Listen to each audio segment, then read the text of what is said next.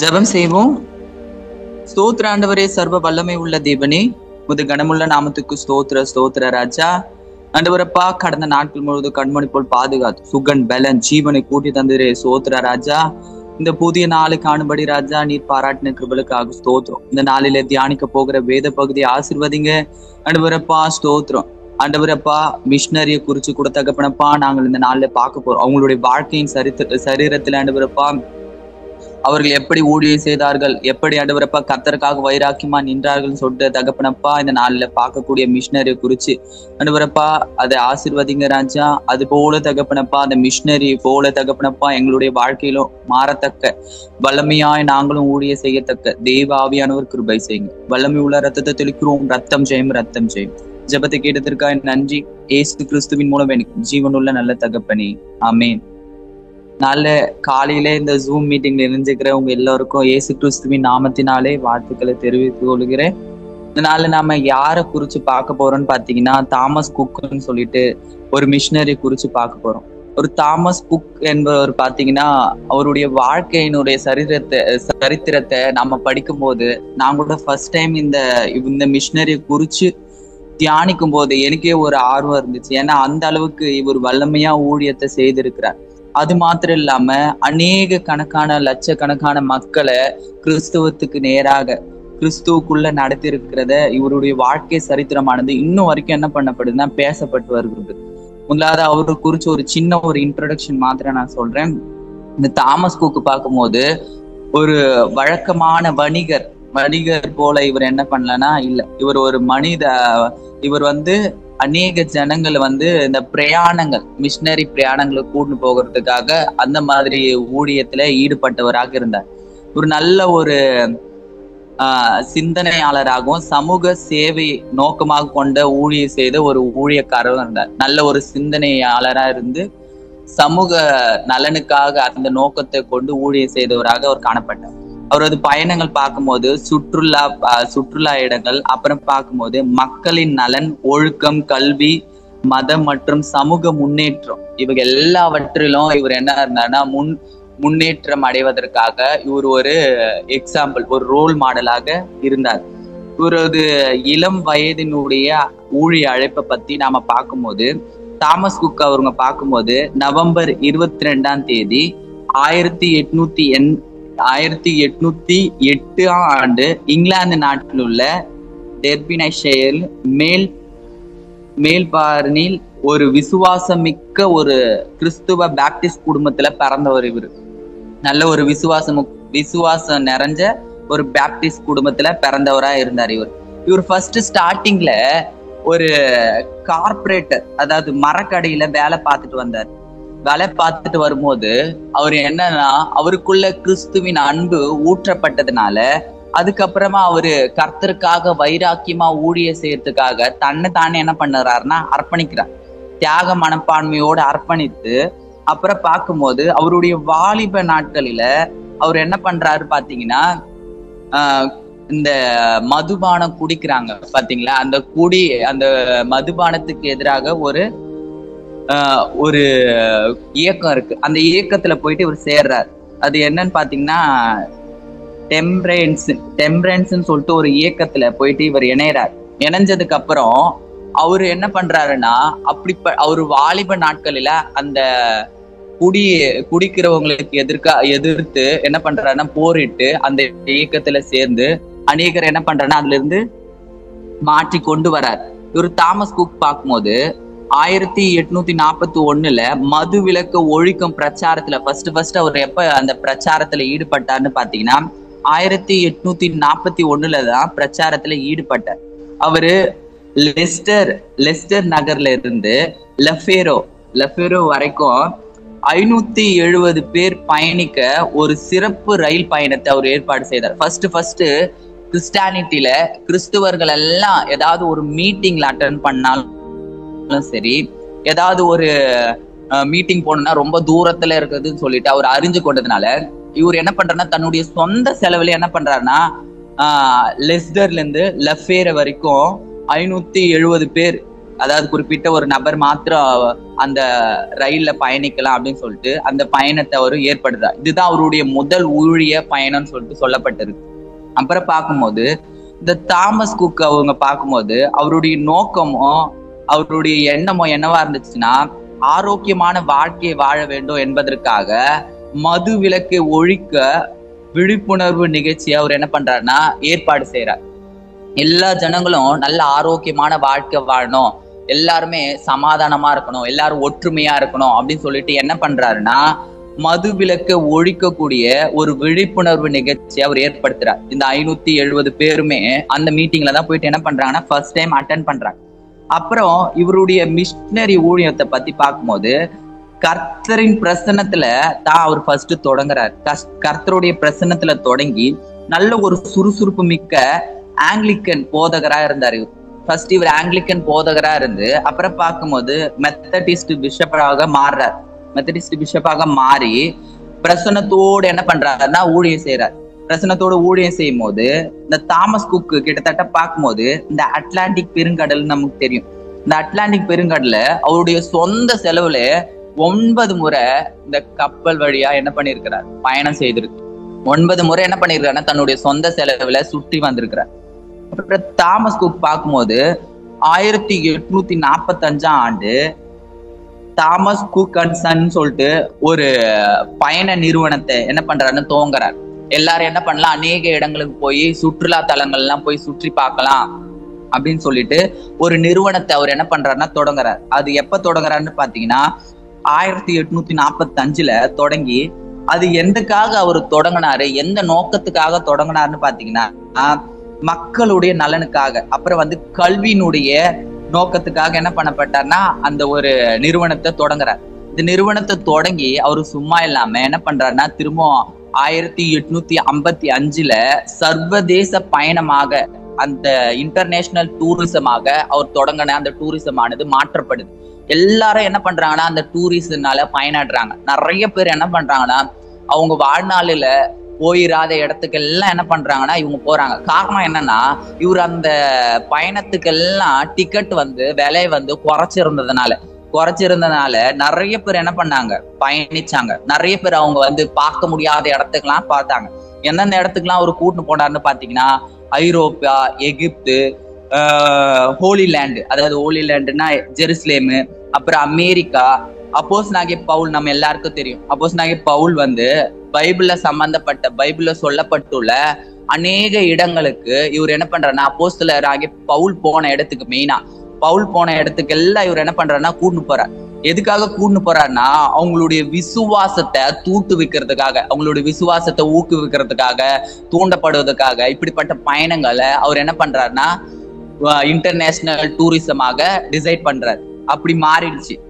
அப்புறம் பார்க்கும்போது இவரது பயணங்கள் பார்க்கும்போது பைபிள் சம்பந்தமான அடிப்படையிலான சுற்றுலா பயணம்னு சொல்லிட்டு இன்ன வரைக்கும் அழைக்கப்படுது. இன்ன வரைக்கும் நீங்க பார்க்கும்போது இவருடைய டூரிசம் தான் இன்டர்நேஷனல், இந்த உலகத்திலே மிகப்பெரிய ஒரு டூரிசமாக இருக்குது அப்படின்னு சொல்லிட்டு சொல்லப்படுது. இவர் இவருடைய வாழ்க்கையில மெத்தடிஸ்ட் பிஷப்பின் இயக்கத்துல முன்னோடியாக இவர் இருந்தது மாத்திரம் இல்லாம இவர் அந்த மெத்தடிஸ்ட் சர்ச்சில் பிரசங்கம் செய்வது மாத்திரம் இல்லாம பிரான்சிஸ்ல அஸ்பேரியுடன் சேர்ந்து, அஸ்பேரின்னு சொல்லிட்டு ஒருத்தர் இருக்காரு, அவர் கூட சேர்ந்து அடிமைத்தன ஒழிப்பு, அதாவது அடிமைத்தன ஒழிப்புக்கான போராட்டத்தையும் இவர் என்ன பண்றாருன்னா போராடுறார். அடிமைத்தனத்துக்கு அந்த நாட்களில நாம பார்க்கும்போது இந்த அடிமைத்தனமானது அதிகமா இருந்துச்சு. இந்த அடிமைத்தனத்தை எப்படியாச்சும் ஒழிக்கணும் அப்படின்னு சொல்லிட்டு என்ன பண்ணாருன்னா இவர் தீர்மானம் பண்ணி அதுக்கு எதிராக போராடுறாங்க. அதுக்கு எதிராக போராடி அவர் என்ன பண்றாரு பார்க்கும்போது ஜனாதிபதி ஜார்ஜ் வாஷிங்டன் சந்திக்கிறாரு. இந்த அடிமைத்தனத்தை ஒழிக்கணும் அப்படின்னு சொல்லிட்டு அவரை சந்திச்சு ஒதுக்கப்பட்டோருக்காகவோ அடிமைத்தனப்படுத்தப்பட்டவருக்காக என்ன பண்றாருன்னா இவர் குரல் கொடுக்கிறார். இப்படிப்பட்ட ஜனங்களும் நம்மளை போல மனுஷர்கள் தான், நம்மளை போல மனிதர்கள் தான் சொல்லிட்டு அவர் என்ன பண்றாரு அவங்களுக்கு எதிராக, அவங்களுக்கு சப்போர்ட்டாக இருக்கிறத நாம பார்க்க முடியும். தாமஸ் குக்கு அவர் என்ன பண்றாருன்னா அவருடைய கடைசி ஊழிய பயணத்துல என்ன ஆகுதுன்னு பாத்தீங்கன்னா அவர் கொழுந்து விட்டு எரியக்கூடிய சுவிசேஷ தீய தன்னுடைய உள்ளத்துல சுமந்து கொண்டே வந்து அமெரிக்கா, மேற்கத்திய தீவுகள், ஆப்பிரிக்கா, அப்புறம் பார்க்கும்போது சிலோன், அந்த இடங்கள்லாம் என்ன பண்றாருன்னா போறார். இதுதான் அவருடைய கடைசி ஒரு பிரயாணமா இருக்குது. அந்த வழியா போயிட்டே இருக்கும்போது சிலோனுக்கு கிட்ட வரும்போது அவருக்கு என்ன ஆகுதுன்னா 1892 ஆண்டு அவர் என்ன பண்றாருன்னா ஜூலை 18 அவரு இறந்து போயிடுறார். அவரு பயணத்திலே என்ன பண்றாருன்னா இறந்து போயிடுறார். சுவிசேஷத்தை அவருடைய உள்ளத்துல ஒரு தீய போல கொண்டு போனதை பாக்குறோம். தீயா என்ன பண்ணுது, எரிஞ்சு கொண்டே அவர் என்ன பண்றாரு, போகிறார். அதுதான் ஃபாதர் கூட ஒரு பாட்டு பாடி இருக்கிறார், என்னன்னா எரிந்து கொண்டே இருப்பேன்னு சொல்லி. அதே மாதிரி இவர் என்ன பண்றாருன்னு பார்க்கும்போது பாத்தீங்கன்னா சுவிசேஷத்தைய தன்னுடைய உள்ளத்துல தீய போல கொழுந்து விட்டு எரித்தக்க அப்படி தன்னுடைய உள்ளத்துல சுமந்து கொண்டே போறார். அவரு மறிக்கும் போது கிட்டத்தட்ட அவருக்கு ஒரு 83 வயசு இருந்துச்சுன்னு சொல்லப்பட்டிருக்கு. அவருடைய வாழ்க்கையில நாம என்ன கத்துக்கிறோம்னு பாத்தீங்கன்னா, இவருடைய வாழ்க்கை சரீரத்தில இருந்து நாம என்ன புரிஞ்சுக்கிறோம்னு பாத்தீங்கன்னா, தனிப்பட்ட ஒரு தியாகத்தோடும் இடைவிடாத விசுவாசத்தாலும் நிறைஞ்ச இவருடைய பார்வையானது மிகவும் தொலைநோக்கு பார்வையா இருந்துச்சு. அது மாத்திரம் இல்லாம அந்த சிந்தையோடு என்ன பண்றாருன்னா இவர் பல தேசங்களையும் பல தலைமுறைகளையும் என்ன பண்றார், வடிவமைக்கத்தக்க இவருடைய சாட்சியானது இன்ன வரைக்கும் என்ன பண்ணப்படுதுன்னா பேசப்பட்டு வருகிறது. இவருடைய வாழ்க்கையில ஆவியானவர் இவருக்கு பேசின வாசனம் என்னன்னு பாத்தீங்கன்னா, ஏசாயா 30:21, நீங்கள் வலது புறமாயும் சாயும் போது இடது புறமாயும் சாயும் போது வழி இதுவே, இதிலே நடுவுங்கள் என்று உங்களுக்கு பின்னாலே சொல்லும் வார்த்தையே உங்கள் காதுகள் கேட்கும் அப்படின்னு சொல்ற. இந்த வசனத்தை அவர் அடிப்படையா வச்சு இந்த வார்த்தைய அவர் உள்ளத்துக்குள்ள வாங்கி கொண்டு இந்த வார்த்தையின்படி அவர் என்ன பண்ணாருன்னா செயல்பட்டார். அவர் வெறும் சும்மா இல்லாம அநேக ஜனங்களை என்ன பண்றாரு பாருன்னா கிறிஸ்துக்கு நேராக நடத்தும்படி இவர் வழிவகுத்தார். ஏன்னா அநேக ஜனங்கள் அவருடைய அந்த ரயில் பயணத்தினால பயனடைஞ்சிருக்கிறாங்க. அநேக மீட்டிங்க இவருனால என்ன பண்றாங்கன்னா சாதாரணமா ஈஸியா என்ன பண்றாங்க போய் அட்டன் பண்ணத்தக்க அந்த மாதிரி மாற்றி அமைத்தார். இவருடைய வாழ்க்கையில நாம என்ன கத்துக்கணும்னு பாத்தீங்கன்னா, எல்லா ஜனங்களையும் ஒருங்கிணைச்சாரு. எல்லா ஜனங்களும் என்ன பண்ணோம், தேவனை குறிச்சு அறிஞ்சுக்கணும்னு சொல்லிட்டு நினைச்சாரு. அந்த ஒரு வாஞ்சை இருந்துச்சு. அப்புறம் எல்லாருமே ஒரே ஒற்றுமை, எல்லாருமே என்ன பண்றாங்க, ஒரே மாதிரியே இருக்கணும்னு சொல்லிட்டு விரும்பினாங்க. அதே மாதிரி பார்க்கும்போது அவர்களுக்கு கொடுக்கப்பட்ட தாளந்தை அவங்க பயன்படுத்தணும்னு சொல்லிட்டு இவருடைய வாழ்க்கையின் சரீரத்துல நாம பார்க்கிறோம். இவர் பார்க்கும்போது அநேக பிரச்சாரத்துல ஈடுபட்டார், பிரசங்கித்தார், அநேகர் சர்ச்சில் போயிட்டு பிரசங்கிச்சார் அப்படின்னு சொல்லிட்டு அநேக இடத்துல போடல. ஆனா அதுக்கு மாறாக அநேக ஜனங்களை அந்த பிரசங்கிக்க கூடிய மீட்டிங்ல கலந்து கொள்ளும்படி இவர் செய்தார், அதுக்கு ஆயத்தப்படுத்தினார். அந்த மாதிரி அவருக்கு என்ன தாளந்து கர்த்தர் கொடுத்தாரோ, அவர் என்ன தாளந்து கர்த்தரிடத்துல இருந்து பெற்றுக்கொண்டாரோ அதை சரியான முறையில அவர் பயன்படுத்தினார். அந்த தாளந்த அவர் என்ன பண்ணிட்டார், அறிந்து கொண்டார். கர்த்தர் அவர் கொடுத்த வரத்தை அவர் புரிஞ்சு கொண்டதுனால அது சரியான முறையில அவருக்கு பயன்படுத்தத்தக்க அந்த நேரம் அவருக்கு கிடைக்கும் போது கரெக்டா அதை என்ன பண்ணார், பயன்படுத்தினார். நாம இந்த மீட்டிங்ல பார்க்கும்போது நிறைய போதகர்களா இருக்கிறீங்க, நிறைய விசுவாசிகளா இருக்கு. நமக்கு கர்த்தர் என்ன தாளந்து கொடுத்திருக்கிறார், என்ன வரம் கொடுத்திருக்காருன்னு சொல்லிட்டு அது நமக்கு தான் தெரியும், மற்றவங்களுக்கு அது தெரியாது. நமக்கு கர்த்தருக்கு மாத்திரம் தான் அது தெரியும். ஆனா நாம அந்த கொடுக்கப்பட்ட அந்த தாளந்துகளை, இந்த வரங்களை நாம கரெக்டா பயன்படுத்துறோமா அப்படின்னு சொல்லிட்டு நாம சிந்திச்சு பார்க்கணும். நமக்கு கொடுக்கப்பட்ட தாளந்துகளையும் கொடுக்கப்பட்ட வரங்களையும் நம்ம சரியான முறையில பயன்படுத்தும் போது அது தேவனுக்கே மகிமை உண்டாகத்தக்கதாக மாறுகிறது, அது தேவனை பிரியப்படுத்தக்கூடியதாக மாறுகிறது. இந்த தாமஸ் குக் அவருடைய வாழ்க்கையில கூட அவர் கொடுக்கப்பட்ட தாளந்தையும் வரத்தையும் அவர் சரியான நேரத்துல அதை கரெக்டா என்ன பண்ணார், பயன்படுத்தினார். அதே மாதிரி இதுல கடைசியா முடிவுல என்னன்னு பார்க்கும்போது பாத்தீங்கன்னா, இந்த தாமஸ் குக் அவங்க பார்க்கும்போது மதம், சமூக சேவை, கல்வி, சுற்றுலா ஆகிய அனைத்தையும் என்ன பண்ணிட்டார்னா ஒரு ஊழிய வாழ்க்கையில தன்னை தானே அர்ப்பணிச்சார். மதத்தையும் சரி, சமூக சேவையும் சரி, மற்றவர்களுக்கு கல்வி கொடுக்கணும், அதாவது எஜுகேஷனும் சரி, அப்புறம் அநேகர் பைபிள்ல சொல்லப்பட்ட இடங்களை போய் சுற்றி பார்க்கணும்னு சொல்லிட்டு இது எல்லாவற்றையும் தன்னுடைய ஊழியத்துல இணைச்சி ஒன்றாக என்ன பண்ணினார், பயன்படுத்தினார். அவரது பயணங்கள்னால லட்சக்கணக்கான மக்கள் என்ன பண்றாங்கன்னா மாற்றத்தை கண்டாங்க. அவர் நடத்தின மிஷனரி பயணங்கள் உலகம் முழுவதும் இன்னைக்கு வரைக்கும் என்ன பண்றோம், பேசுறோம். நாம கூட இப்ப வரைக்கும் என்ன பண்றோம், பேசுறோம். காரணம் என்னன்னா, நீங்க கூகுள்ல நெட்ல கூட அடிச்சு பாத்தீங்கன்னா தாமஸ் குக் டூரிசம்னு போட்டீங்கன்னா மிகப்பெரிய ஒரு டூரிசம், அது சம பெரிய ஒரு டூரிசமாக அமைஞ்சிருக்குது. அவருடைய மிஷனரி பயணத்துக்கு ஒரு அடித்தளமா அமைஞ்சது எந்த ஒரு ஊழியன்னு பாத்தீங்கன்னா, அவர் ஆரம்பிச்ச அந்த சுற்றுலா பயண ஊழியத்துலதான் அவர் என்ன பண்ணினார், மிகப்பெரிய அறுவடையை அவர் சந்திச்சார். மிகப்பெரிய ஊழியத்துல அவரு கர்த்தருக்காக வைராக்கியமா நின்ற ஜனங்களை அவர் பார்த்தார். நாம இந்த நாள்ல வேத பகுதியாக இவருடைய வாழ்க்கைக்கு சம்பந்தப்பட்ட வேத பகுதியாக கொடுத்துள்ள வேத பகுதி என்னன்னு பாத்தீங்கன்னா, மத்தேயு 6வது அதிகாரம் அந்த 6வது அதிகாரம் 1 34 வசனம் வரைக்கும் இந்த நாளுக்குரிய வேத பகுதி. அதுல இன்றைய தியானத்துக்காக கொடுக்கப்பட்ட வேத பகுதி என்னன்னு பாத்தீங்கன்னா, மத்தேயு 6வது அதிகாரம் 19 21 வரைக்கும். அதுல முக்கியமான வசனம், இன்னைக்கு மனப்பாட வசனம் மத்தேயு 6 20 21. இந்த ரெண்டு வசனம் இந்த பகுதியை நான் நல்லா மெடிடேஷன் பண்ணும்போது நல்ல ஒரு வெளிப்பாடு கிடைச்சு. என்னன்னு பாத்தீங்கன்னா, இந்த அதிகாரம் ஃபுல்லா ஒரு 7 காரியங்கள் குறித்து சொல்லப்பட்டிருக்குது. நான் அப்புறமா தான் பார்த்தேன். ஆக்சுவலி நான் மெசேஜ் எடுக்கும்போது ஒரு 7 காரியங்களை குறிச்சுதான் சொல்லும். அதே மாதிரி பார்க்கும்போது இந்த 6வது அதிகாரத்துல 7 காரியங்களை குறிச்சு சொல்லப்பட்டு இருக்குது. அப்படி பார்க்கும்போது எனக்கே ஷாக்கா இருந்துச்சு. நான் நேற்று உட்காந்து தியானிக்கும் போது இது எனக்கு ஆவியானவர் வெளிப்படுத்தினேன். இது என்ன குறிச்சு சொல்லப்படுதுன்னா, கிட்டத்தட்ட மத்தேயு 5வது அதிகாரம், 6வது அதிகாரம், 7வது அதிகாரம், இந்த 3 அதிகாரங்களும் நமக்கு நல்லா தெரியும். இங்க இருக்கிற போதகர்களா இருக்கிறதுனால எல்லாருக்கும் நல்லாவே தெரிஞ்சிருக்கும். இது எல்லாமே எதை குறிச்சு சொல்லப்பட்டிருக்கு பாத்தீங்கன்னா, இயேசு கிறிஸ்து மலையில செய்த மலை பிரசங்கம் அப்படின்னு சொல்லிட்டு தான் இந்த 3 அதிகாரங்களும் அழைக்கப்படுது.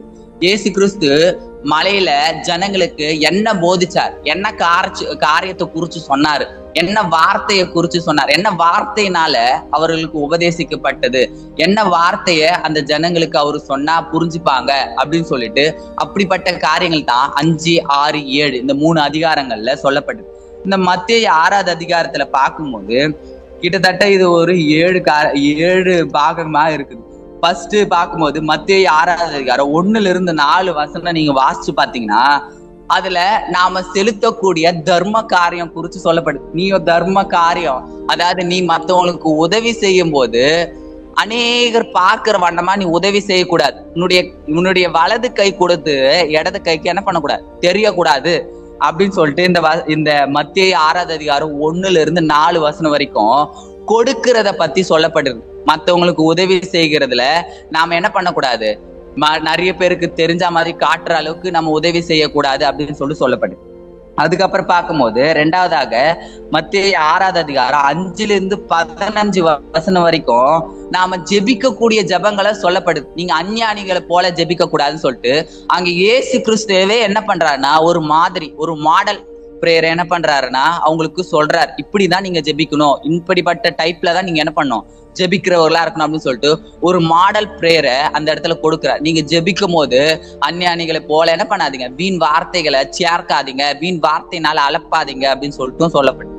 அதனால ஜபம் நாம எப்படி பண்ணணும்னு சொல்லிட்டு ஒரு பேசிக் அதை பத்தி 5 15 வசனம் வரைக்கும் சொல்லப்படுது. அப்புறம் மத்தேயு 6வது அதிகாரம் 16 18 வரைக்கும் நாம உபவாசிக்கும் போது எப்படிப்பட்ட நிலையில இருக்கணும், நாம எப்படிப்பட்டவர்களை போல உபவாசிக்கணும், எந்த மாதிரி உபவாசிக்கணும் அப்படின்னு சொல்லிட்டு உபவாசத்தை குறிச்சு சொல்லப்பட்டிருக்கு. அப்புறம் 6வது அதிகாரம் 19 21 வரைக்கும் என்னன்னா 2 விதமான பொக்கிஷங்களை குறிச்சு சொல்லப்படுது. ஒண்ணு பரலோகத்துல இருக்கக்கூடிய பொக்கிஷம், இன்னொன்னு பூமியில இருக்கக்கூடிய பொக்கிஷம். இந்த 2 காரியங்களை குறிச்சு சொல்லப்பட்டது. அப்புறம் பார்க்கும்போது 6வது அதிகாரம் 22 23 பார்க்கும்போது நம்மளுடைய சரீரத்தில் உள்ள அவயங்களை, அதாவது கண், ஒரு மனுஷனுக்கு கண்ணு தான் அவனுக்கு மெயின் இம்பார்ட்டண்டா இருக்கு. கண்ணு இல்லைன்னா அவனால என்ன பண்ண முடியாது, இந்த உலகத்தை பார்க்கவே முடியாது, இந்த உலகம் எப்படி இருக்குன்னு தெரியாது, மற்றவர்கள் எப்படி இருக்காங்கன்னு தெரியாது. அப்போ ஒரு மனுஷனுக்கு ஒரு ஒளி, ஒரு வெளிச்சமா, ஒரு விளக்கா எது இருக்குன்னு பாத்தீங்கன்னா அவனுடைய கண்ணு தான். அந்த கண்ணு அவனுக்கு சரியா இருந்துட்டா அவங்க பாக்குற காரியம் எல்லாமே எப்படி இருக்கும், சரியாதான் இருக்கும் அப்படின்னு சொல்லிட்டு அதை குறிச்சு சொல்லப்பட்டு 6வது பார்க்கும்போது 6வது அதிகாரம் 24வது வசனத்துல 2 எஜமானுக்கு ஒரு மனுஷனானவன் ஊழியம் செய்யவே முடியாது அப்படின்னு சொல்லிட்டு இது எதை குறிச்சு சொல்லப்படுதுன்னா, நம்மளுடைய இருதயமானது 2 பேருக்கு கொடுக்க முடியாது. யாருக்காவது ஒருத்தருக்கு தான். ஒண்ணு ஏசு கிறிஸ்து, இன்னொன்னு டெவில். நம்ம யாருக்காவது ஒருத்தருக்கு மாத்திரம் தான் கொடுக்க முடியும். அதாவது ஆத்துல ஒரு கால், சேத்துல ஒரு கால்னு சொல்லிட்டு நம்ம வைக்க முடியாது அப்படின்னு சொல்லிட்டு அதை குறிச்சு சொல்லப்பட்டது.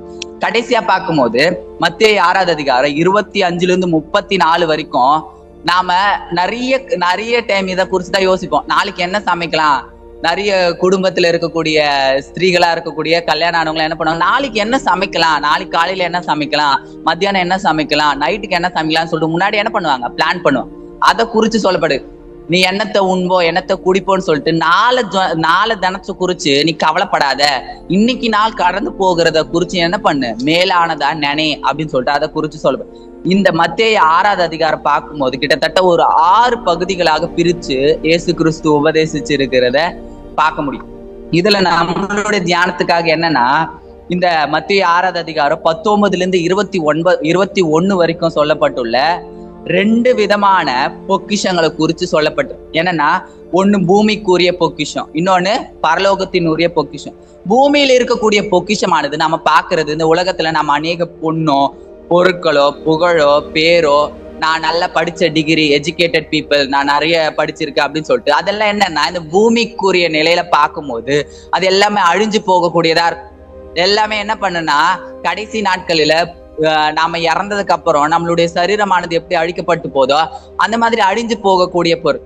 அதுவே பரலோகத்துல இருக்கக்கூடிய நம்மளுடைய பொக்கிஷமானது எப்படிப்பட்ட பொக்கிஷமா இருக்குதுன்னு பாத்தீங்கன்னா, நாம காட்டக்கூடிய செயல்கள் அது எப்படிப்பட்ட செயல்கள்னா, அன்பு, இரக்கம், விசுவாசம், பரிசுத்தம், இப்படிப்பட்ட குண அதிசயங்களை நாம வெளிப்படுத்தும் போது நமக்குள்ள உள்ளான மறைஞ்சிருக்கிற அந்த பொக்கிஷமானது என்ன ஆகுதுன்னா, அது வெளிப்படுது.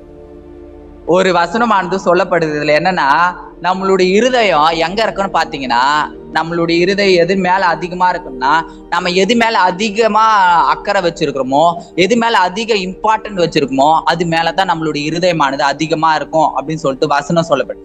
அப்ப நம்மளுடைய இருதயமானது எது மேல அதிகமா வைக்கப்படும் பாத்தீங்கன்னா, அன்பு காட்டுதலும், இரக்கம் செய்கிறதுலயும், அப்புறம் விசுவாசத்தை நாம பெருக பண்ணுகிறதுலயும், அப்புறம் பரிசுத்தத்திலும், இப்படிப்பட்ட காரியங்களில நாம வளரும் போது நம்மளுடைய இருதயமானது பரலோகத்தில் இருக்கக்கூடிய அந்த பொக்கிஷத்தின் மேல வைத்திருக்கப்பட்டதாக காணப்படுது.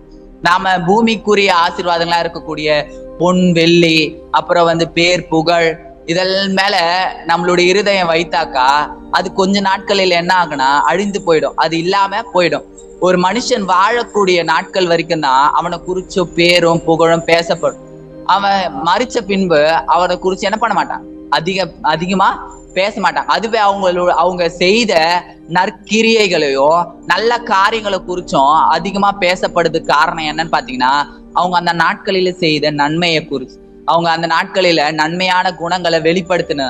அப்ப நாம வாழ்கிற நாட்கள் கொஞ்ச நாட்கள். மனுஷனுக்கு ஆயுசு நாட்கள் தேவன் எவ்வளவு கொடுத்திருக்காருன்னு பாத்தீங்கன்னா, பலத்தின் மிகுதினால 80 வருஷம். அப்ப அந்த 80 வருஷமோ 70 வருஷமோ அதுக்கு மேல கர்த்தர் கொடுத்தா கர்த்தருடைய ஆசீர்வாதம். அப்படி இருக்கும்போது வாழ்கிற நாட்களில நாம கர்த்தருக்கு உபயோகம் உள்ளவர்களா கர்த்தருக்கு பயன் உள்ளவர்களா மாறணும். கர்த்தருக்கு உபயோகப்படுத்தக்கூடிய ஒரு பாத்திரமாக இருக்கணும்னா, நமக்கு கொடுக்கப்பட்ட தாளந்து எதுவாக இருந்தாலும் அதை சரியான நேரத்துல சரியான சமயத்துல சரியாக பயன்படுத்துகிறவர்களா காணப்படும். அப்படி பயன்படுத்தும் போது கர்த்தர் நம்மளை என்ன பண்ணுவார், எஜமானுடைய சந்தோஷத்துக்குள்ள பிரவேசின்னு சொல்லுவார். அதுதான் 5 தாளந்து 2 தாளந்து 1 தாளந்து வாங்கினவர்களிடத்துல சொல்லப்பட்டு. அப்ப நம்ம எஜமானுடைய சந்தோஷத்துக்குள்ள பரலோக ராஜ்யத்துக்குள்ள போயிட்டு பிரவேசிக்கணும்னா, நமக்கு கொடுக்கப்பட்ட தாளந்துகளையும் நமக்கு கொடுக்கப்பட்ட வரங்களையும் சரியான நேரத்துல சரியான சமயத்துல பயன்படுத்துகளா இருக்கும். அது மற்றவர்களுக்கு ஆசீர்வாதமாக பயன்படக்கூடிய வண்ணத்துல நாம உபயோகப்படுத்த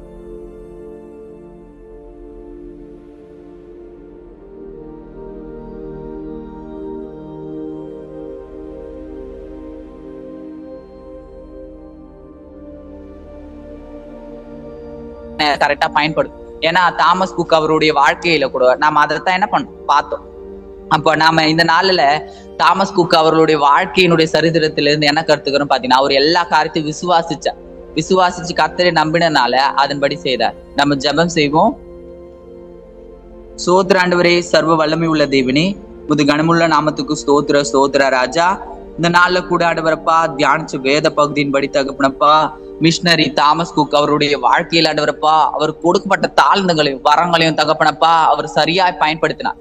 கர்த்தரையே விசுவாசிச்சார், கர்த்தரையே நம்பினார். கர்த்தரையே தங்களை தெய்வமாக கொண்ட ஜனமும் கர்த்தரே தங்களுக்கு தெய்வமாக கொண்ட ஜாதியும் பாக்கியம் உள்ளது என்று வேதத்துல நாங்கள் வாசிக்கிறோம். நாங்கள் உண்மையே தெய்வமாக உண்மையே கர்த்தராக கொண்டு இருக்கிறோம் தகப்பனப்பா. நாங்கள் பாக்கியம் பெற்றவர்கள். எங்களுடைய விசுவாச வாழ்க்கையில் ஆண்டவரப்பா இன்னும் அதிகமா விசுவாசத்துல வளரத்தக்க, விசுவாசத்துல நலச்சிருக்கத்தக்க, விசுவாசத்தின்படி செயல்படத்தக்க, அதன்படி மாற்றுங்க ராஜா. ஸ்தோத்திரம். வந்திருக்கிற ஒவ்வொரு பாஸ்டர்களை ஆசீர்வதிங்க, அவர்களுடைய செய்யக்கூடிய ஊழியத்தை ஆசீர்வதிங்க.